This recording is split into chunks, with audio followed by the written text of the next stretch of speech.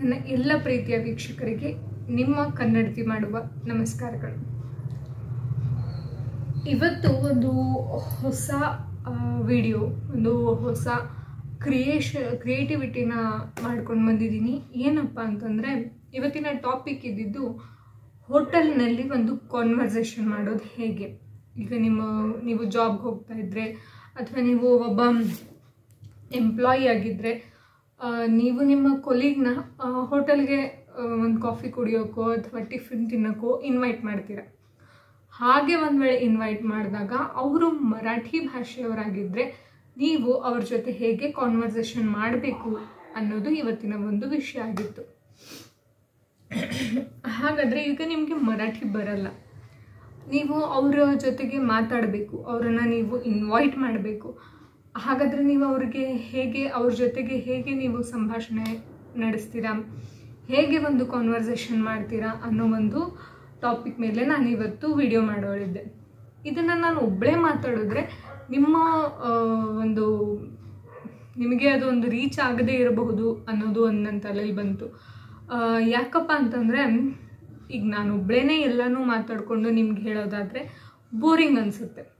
ಅದಕ್ಕಾಗಿ ನಾನು ಮಾಡೋದೇನು ಅಂತಂದರೆ, ಒಂದು ಆ್ಯನಿಮೇಷನ್ನ ಕ್ರಿಯೇಟ್ ಮಾಡಿದ್ದೀನಿ.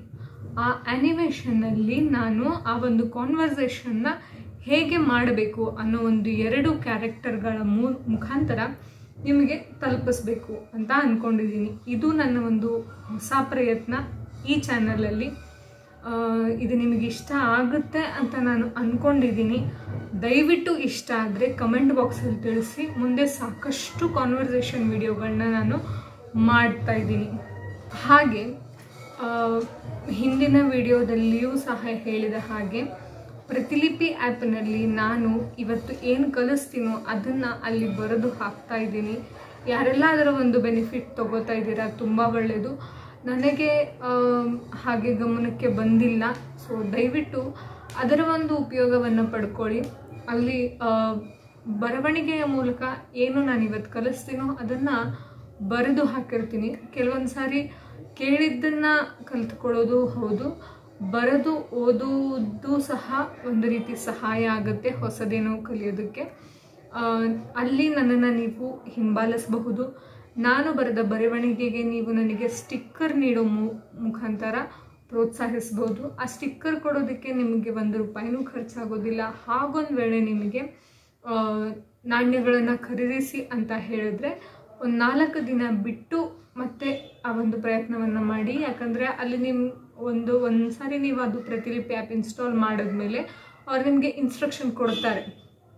7 ದಿನದ ಚಾಲೆಂಜ್ ತೊಗೊಳ್ಳಿ, 7 ದಿನ ನೀವು ಇದನ್ನು ಓದಿ, ಆಮೇಲೆ ನಿಮಗೆ ಕಾಯಿನ್ಸ್ಗಳು ಸಿಗುತ್ತೆ. ಸಿಕ್ಕ ಕಾಯಿನ್ಸ್ಗಳನ್ನು ನೀವು ನನ್ನ ಬರವಣಿಗೆಗೆ ಕೊಡಬಹುದು ಅಥವಾ ಯಾರದೇ ಬರವಣಿಗೆಗೆ ಕೊಡಬಹುದು. ನಿಮಗೆ ಕಲಿಸುವಂಥ ಯಾವುದೇ ಒಂದು ಅವಕಾಶವನ್ನು ನಾನು ಬಿಡಲ್ಲ. ಎಲ್ಲ ರೀತಿಯಿಂದಲೂ ಪ್ರಯತ್ನ ಮಾಡ್ತಾ ಇದ್ದೀನಿ. ಇವತ್ತಿನ ಈ ವಿಡಿಯೋನೇ ಅದಕ್ಕೆ ಒಂದು ಸಾಕ್ಷಿ.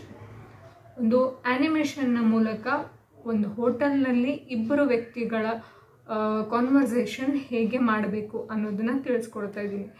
ಒಂದು ಮುಖ್ಯವಾದ ವಿಷಯ ಏನಪ್ಪ ಅಂತಂದರೆ, ಮರಾಠಿ ಭಾಷೆಯಲ್ಲಿ ಒಬ್ಬ ಪುರುಷ ಅಥವಾ ಒಂದು ಪುಲ್ಲಿಂಗ ಅಂತ ಬಂದಾಗ ಬೇರೆ ಬೇರೆ ಉಚ್ಚಾರಣೆ ಬರುತ್ತೆ, ಒಂದು ಸ್ತ್ರೀಲಿಂಗ ಅಂತ ಬಂದಾಗ ಬೇರೆ ಬೇರೆ ಉಚ್ಚಾರಣೆ ಬರುತ್ತೆ. ಆ ಒಂದು ಕಾನ್ವರ್ಸೇಷನ್ನ ನಾವು ಹೇಗೆ ಮಾಡಬೇಕು ಅನ್ನೋದನ್ನು ನಾನು ನಿಮಗೆ ತಿಳಿಸ್ಕೊಡ್ತಾ ಇದ್ದೀನಿ. ಸೊ ವಿಡಿಯೋವನ್ನು ಪೂರ್ತಿಯಾಗಿ ನೋಡಿ. ಈ ಒಂದು ಹೊಸ ಪ್ರಯತ್ನ ನಿಮಗೆ ಹೇಗೆ ಅನ್ನಿಸ್ತು ಅನ್ನೋದನ್ನು ನನಗೆ ಕಮೆಂಟ್ ಬಾಕ್ಸಲ್ಲಿ ನಿಜವಾಗಿಯೂ ತಿಳಿಸಿ. ಮುಂದೆ ಇನ್ನೂ ಒಂದಷ್ಟು ಕಾನ್ವರ್ಸೇಷನ್ ವಿಡಿಯೋಗಳನ್ನ ಮಾಡಬೇಕಿದೆ, ಅದಕ್ಕೆ ನನಗೆ ಇದು ಹೆಲ್ಪ್ ಆಗಬಹುದು. ಇನ್ನು ವಿಡಿಯೋ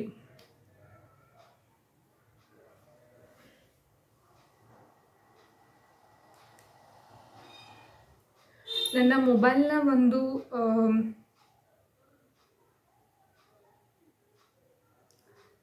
ಮೊಬೈಲ್ನ ಒಂದು ಸ್ಕ್ರೀನನ್ನು ನಾನು ಶೇರ್ ಮಾಡ್ತಾ ಇದ್ದೀನಿ. ಅಂತಂದರೆ ಅಲ್ಲಿ ಆ ವಿಡಿಯೋನ ನೋಡಿಕೊಂಡು ನಾನು ನಿಮಗೆ ಎಕ್ಸ್ಪ್ಲೈನ್ ಮಾಡಬಹುದು ಅನ್ನೋ ಒಂದು ಉದ್ದೇಶದಿಂದ.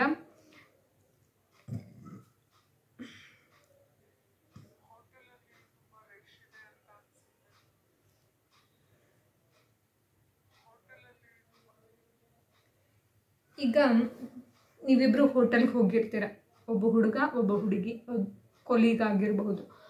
ಹೋಟೆಲಿಗೆ ಹೋಗಿರ್ತೀರ, ಅಲ್ಲಿ ತುಂಬ ರಶ್ ಇರುತ್ತೆ. ಹಾಗಾದರೆ ಈ ನಮ್ಮ ಕನ್ನಡದ ಹುಡುಗ ಹೇಳ್ತಾನೆ ಹೋಟೆಲಲ್ಲಿ ತುಂಬ ರಶ್ ಇದೆ ಅಂತ. ಆ ಮರಾಠಿ ಹುಡುಗಿ ಹೇಳ್ತಾಳೆ ಹೋ ಖೂಪ್ ಗರ್ದಿ ಆಹೆ, ಖೂಪ್ ಗರ್ದಿ ಆಹೆ. ಅದರ ಒಂದು ವಿಡಿಯೋವನ್ನು ನೋಡಿ. ಹೋಟೆಲಲ್ಲಿ ತುಂಬ ರಶ್ ಇದೆ ಅಂತ ಅನಿಸುತ್ತೆ.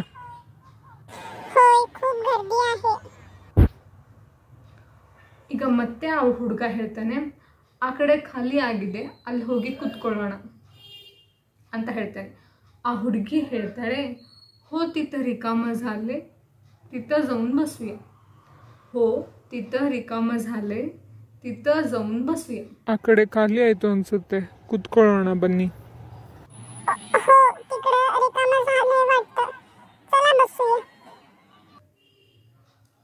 तिथं रिकामं झालंय वाटतं, चला बसूया ಅಂತಂದರೆ ಆ ಕಡೆ ಖಾಲಿ ಆಗಿದೆ ಅನಿಸುತ್ತೆ, ನಡೀರಿ ಹೋಗಿ ಕೂತ್ಕೊಳ್ಳೋಣ ಅನ್ನೋ ಒಂದು ಅರ್ಥ ಬರುತ್ತೆ. ಇದು ಹೋಟೆಲ್ಗೆ ಎಂಟ್ರಿ ಆದಮೇಲೆ ಆಗುವಂಥ ಒಂದು ಕಾನ್ವರ್ಸೇಷನ್. ಇನ್ನು ಹೋಟೆಲ್ ಒಳಗಡೆ ಹೋಗಿ ಅವರು ಕುತ್ಕೊಂಡ ಮೇಲೆ ಅಲ್ಲಿನ ಒಂದು ಚಿಕ್ಕ ಕಾನ್ವರ್ಸೇಷನ್ ಏನಪ್ಪ ಅಂತಂದರೆ, ನೀವು ತಿನ್ನಕ್ಕೆ ಏನು ತಗೋತೀರಾ? ಈಗ ಸಹಜವಾಗಿ ಕೇಳ್ತೀವಿ ನಾವು, ನೀವು ತಿನ್ನೋಕ್ಕೇನು ತಗೋತೀರಾ? ಇನ್ನೊಬ್ರು ಯಾರೋ ನಮ್ಮ ಜೊತೆಗೆ ಬಂದಿದ್ರೆ ನಾವು ಅವರಿಗೆ ಕೇಳೋವಂಥ ಪ್ರಶ್ನೆ, ನೀವು ತಿನ್ನೋಕ್ಕೆ ಏನು ತಗೋತೀರಾ? ಅದನ್ನೇ ಇಲ್ಲಿ ಈ ಹುಡುಗ ಕೇಳ್ತಾ ಇದ್ದಾನೆ. ಈಗ ಆ ಹುಡುಗಿಗೆ ಕನ್ನಡ ಬರಲ್ವಲ್ಲ, ಅವಳು ಅದನ್ನು ಹೇಗೆ ಅರ್ಥ ಮಾಡ್ಕೋತಾಳೆ ಅಥವಾ ಅವಳಿಗೆ ಅರ್ಥ ಮಾಡಿಸ್ಬೇಕಾಗಿರೋ ರೀತಿ ಏನು ಅನ್ನೋದು ಮುಂದಿನ ಒಂದು ಭಾಗದಲ್ಲಿ ನೋಡಿ. ಓ, ಇವಳಿಗೆ ಕನ್ನಡ ಬರಲ್ವಲ್ಲ, ಹೇಗಪ್ಪ ಕೇಳೋದು?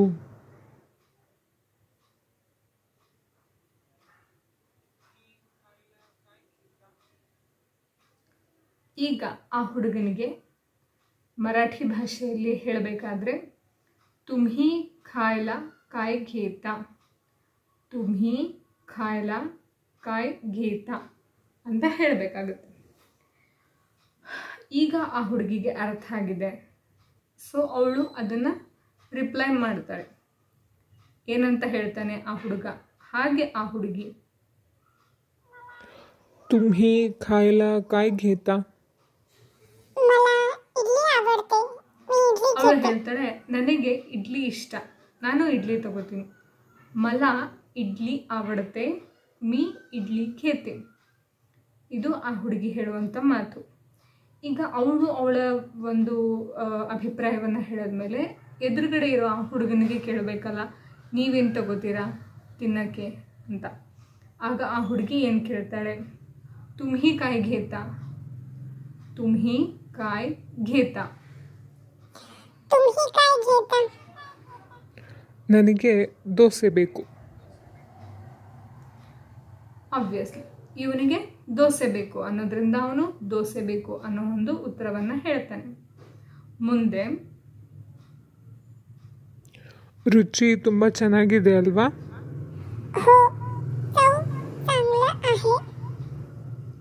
ಅವರು ಆರ್ಡರ್ ಮಾಡಿರೋದಕ್ಕಂಥ ಒಂದು ಐಟಮ್ಸ್ಗಳು ಬಂದಾದಮೇಲೆ ಅದನ್ನು ತಿಂದು ಅದು ರುಚಿ ಹೇಗಿದೆ ಅನ್ನೋದನ್ನು ಹೇಳೋದಾದರೆ ರುಚಿ ಚೆನ್ನಾಗಿದೆ ಅಂತ ನಾವು ಕನ್ನಡದಲ್ಲಿ ಹೇಳ್ತೀವಿ.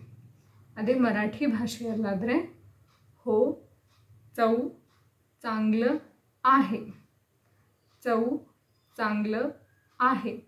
ಇಲ್ಲಿ ಚೌ ಅನ್ನಲ್ಲ, ಟಂಗ್ ಟ್ವಿಸ್ಟ್ ಆಗುತ್ತೆ.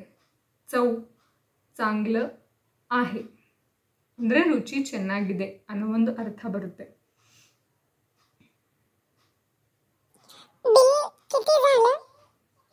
ಇಲ್ಲ ನಾನೇ ಕೊಡ್ತೀನಿ.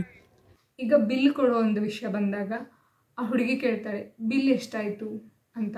ಅದನ್ನು ಮರಾಠಿಯಲ್ಲಿ ಬಿಲ್ ಕಿತಿ ಝಾಲೆ, ಬಿಲ್ ಕಿತಿ ಝಾಲೆ ಅಂತ ಕೇಳ್ತಾಳೆ. ಅವನು ಹೇಳ್ತಾನೆ ಇಲ್ಲ ನಾನೇ ಕೊಡ್ತೀನಿ ಅಂತ. ಇಲ್ಲ ನಾನೇ ಕೊಡ್ತೀನಿ ಅಂತ ಹೇಳ್ತಾನೆ.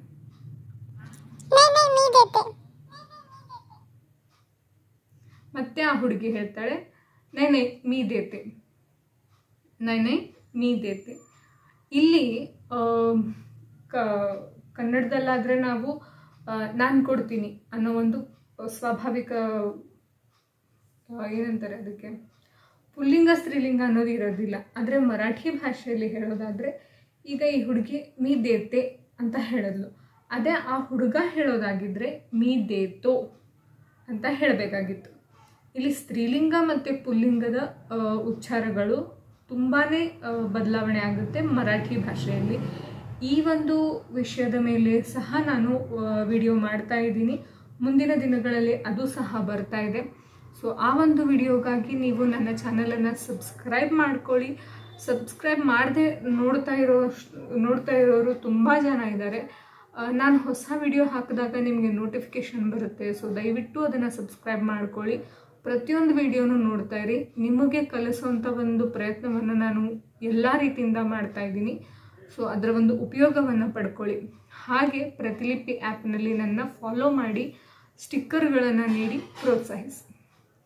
ಮತ್ತೊಂದು ಹೊಸ ವಿಡಿಯೋ ಮುಖಾಂತರ ನಾನು ನಿಮ್ಮೊಟ್ಟಿಗೆ ಬರ್ತೀನಿ. ಅಲ್ಲಿಯವರೆಗೂ